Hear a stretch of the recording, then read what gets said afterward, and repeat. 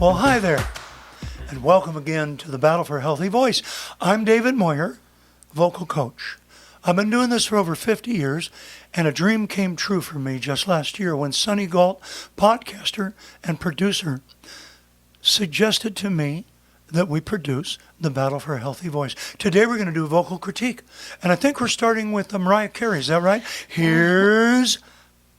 I can't do it. You can't do what? I was going to say, here's Mariah.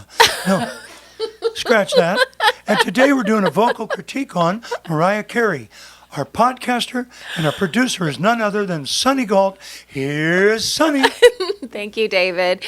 Thanks, everyone, for checking out our videos, leaving us comments, and subscribing. We've had a lot of people, David, subscribe recently. Yes, they really love the Christina Aguilera critique. I had over 60 positive comments so far. Oh. In fact, some of them are vocal coaches, and they said, that man, in fact, one person said, hey, Grandpa, nice job. You know what you're talking about. Oh, my goodness. Yep. And one guy said, nothing more to say. Yep, she's the best.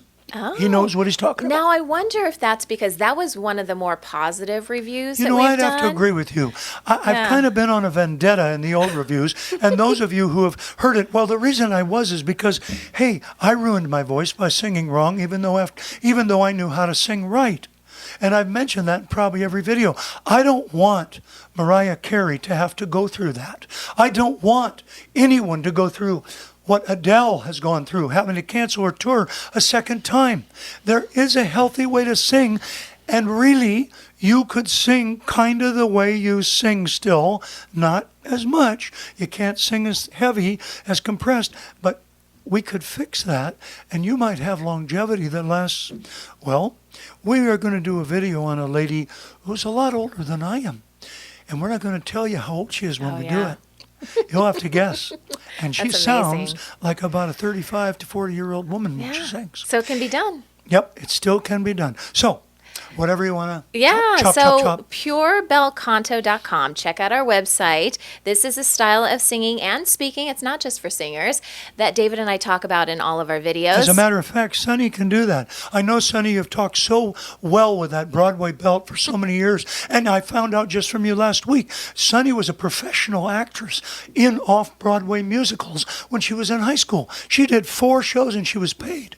Hey, folks, I was an international performer. When I was in high school, I never got paid for doing musicals. Okay, so she's learning how to talk on the breath. Give it a shot while you continue. Just try. Well, I feel like if I'm going to talk on the breath, that it almost needs to be the higher voice. Yeah, so go ahead and use higher. Why not? You have to learn how to thin it out. Today we were talking before this video, and I wasn't talking on my breath. I was talking like this. I was really excited. And I feel some pain right now in my bands as I do that. Yeah. Okay, so anyway. Yeah, so we're going to be talking about Mariah Carey today. And there's a couple videos that we're going to go over. And I tried, David, to pick videos one from the start of her career and one from most recently. And I know you like to do live because live doesn't have the opportunity for engineers to cover up perhaps the things that need to be covered. Yeah. Anyway, with that in mind, also, if you want to hear how I sounded, and my wife, who's a voice teacher too, go to AmericanMusicAcademy.com and scroll down and listen to us sing when we were in our 40s. That'll give you an idea of what I offer, pure bel canto. Well, Vision of Love is the first song. Okay, this was like her first big hit. Okay. And this was in 1990, I think is when this video was done. She looks a lot different. This is a throwback to Mariah Carey. So let's take a listen. And that's 32 years ago. Right. Just about. Yeah. Okay. Red through the nights, but so alone,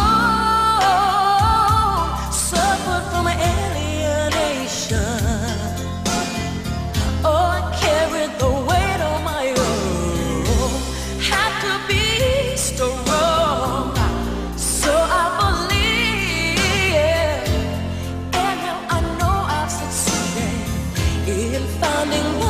I can see I had a vision of love, and it was all that you've given to me. I had a vision of love, and it was all that you've given me. I realized a dream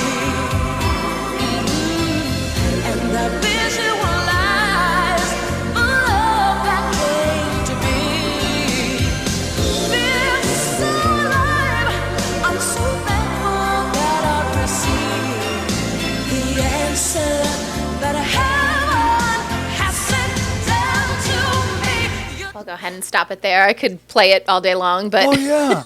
Mariah Carey is a great visual performer. She's also a great auditory performer.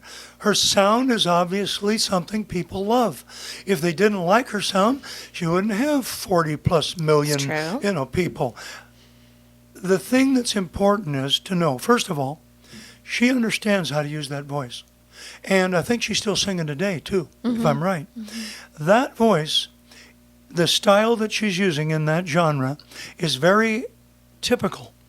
I recognize it in Whitney Houston's voice. Similar approach. they were compared a lot when she first came on the scene. She was compared a lot to Whitney Houston. Okay, well, that helps because I'm hearing a similar vocal approach. Now, the difficulty or the challenge with that vocal approach is there is a natural tensile strength. And pure bel canto teaches that. Then if you were to use pure bel canto in this genre, well, people bodies would be stuck in the doors they're trying to get out because you can't use pure bel canto completely. But the amount of thickness in terms of the compression she's using on those vocal muscles is going to take its toll. She's doing fine. Her pitches in general are in tune. Great expression. Yeah. And all I can say is it works for her right now. However, in pure bel canto, the sound that's produced that is the most healthiest and gives you longevity your entire lifetime is done with a smaller mouth. And the concept is the wideness of the sound, which is not frontal, is actually internal. We call it the cave theory. And in pure bel canto, your mouth stays closed in the front while the throat opens up like this, like a yawn, polite yawn. You're going to have a huge yawn and then you go, ah! Now I know I can still do that sound. I've told you earlier, I ruined my voice singing that way. Now the reason Mariah Carey, I believe that she hasn't ruined her voice yet, is because she has cast iron bands. I don't think that lady has any allergies, and I could be wrong. And if she does have allergies, she has a great ear, nose, throat specialist who's given her the right medication so she knows what to do. She's drinking water properly. Always understand you need an 8-ounce glass of water every waking hour when you're a singer. And when you go to sing performance-wise, you have to have at least 2 quarts of water for hydration no less than 2 hours before you sing. 2 and 2, okay? Okay. And that's the truth. Okay. With one thing I noticed with her, especially in these earlier videos, is it seems so effortless. Throwing out those notes. I mean, sometimes we review other artists and it looks like they're really straining to get those notes. It almost like when I look at her, sometimes I'm like, is she actually singing? Because it doesn't look like she's putting forth the effort that other artists do. I would add to that, there's probably, first of all, the God-given gift of her voice is really high level. Okay. I mean, that voice is a natural voice. I've only run into one other natural voice in my life. His name was Tommy Patera, and he used to sing with Fred Waring and his Pennsylvanians. You can look that up. Greatest choir in the history of recorded music. Tom Edison was the first to ever let a choir record on his stuff, and his wife liked Fred Waring. But anyway, Tommy Patera had a natural voice. He was with the Pennsylvanians, so was I, way back in the 70s. That voice probably didn't have to have a whole lot of study to do that. However, we'll see what happened in right. 30, what year was that? 32 years. That was 1990. Yeah, and you can see the microphone. You're somewhat limited when you have to hold a corded mic because you can't use both arms to express. When they got those good headsets going, man, they just loose the actress and the actor and all of us that have that ability.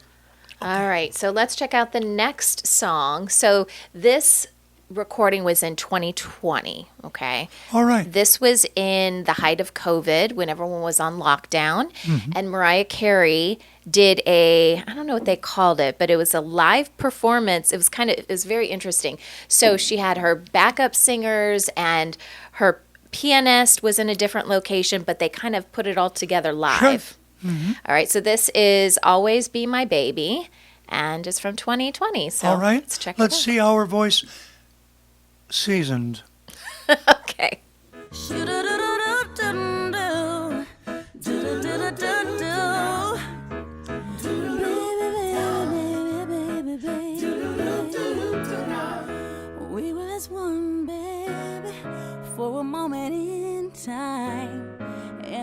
everlasting, that you would always be mine.